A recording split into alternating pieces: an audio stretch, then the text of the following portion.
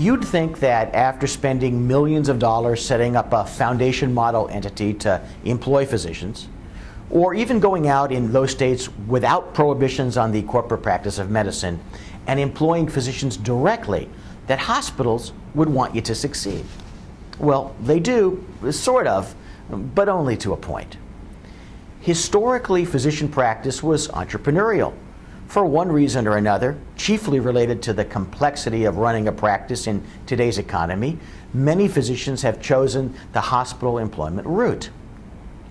But despite any assurance to the contrary, once within the hospital's bureaucratic model, the rules change. You are managed because that is what bureaucrats do. You'll be free to develop your expertise, but not to the point that you'll become a star. If you were allowed to become a star, you would obtain leverage and might leave. There's a tension to have scores of mediocre physicians on the team. Entrepreneurial physicians and those striving for personal excellence are too much of a threat.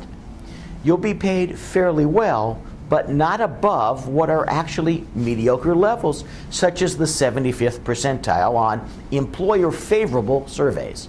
At that level, you'll be paid more than most, if not all, of the bureaucrats in hospital administration, and paying you more will be viewed as unfair. Of course, over time, with more physicians being among the employed, the actual dollar amount of 75th percentile compensation will spiral downward, but not as low as that of physician assistants, specialty-trained nurses armed with newly minted doctor degrees, and other physician extenders who will be used by your employer to muscle you out of a large part of your clinical role. After all, to the bureaucrats in charge, even those bureaucrats in white coats, it will be done in the name of efficiency. In a way, it's like the classic Twilight Zone episode, To Serve Man.